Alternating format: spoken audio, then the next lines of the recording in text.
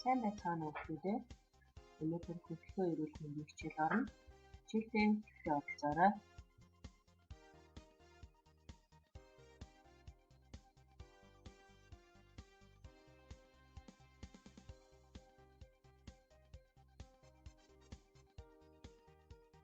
Өнөөдрийн хичээлээр харандаа хайч гэх мэт үзүүлэлттэй зүйлсийг амдаа хийж болохгүйг мэдэж авцгаах болно.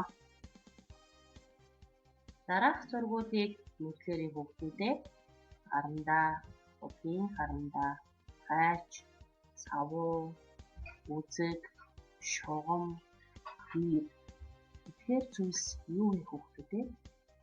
Сайн байна. Хичээлийн хэрэгсэл шүү дээ.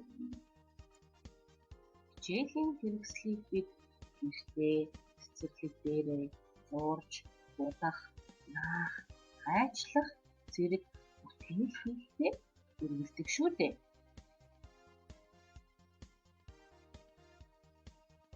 Харин харандаа, хайч гэх мэт урт үзүүртэй зүйлсийг энэ хүүхдүүд шиг ам хамаартай хийх нь зөв үү хүүхдүүдээ? Буруу шүү дээ.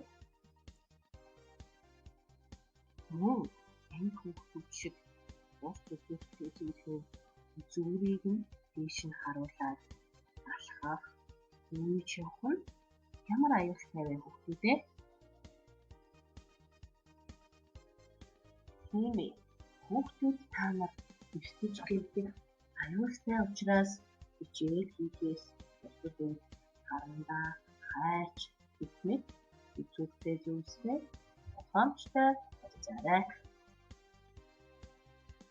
Эцэг эхчүүд та бүхэн хүүхдүүдээ зөвөр үлгэрлэж, урт үзүүртэй зүйлстэй болгоомжтой харьцахыг зөвлөж байгаарай.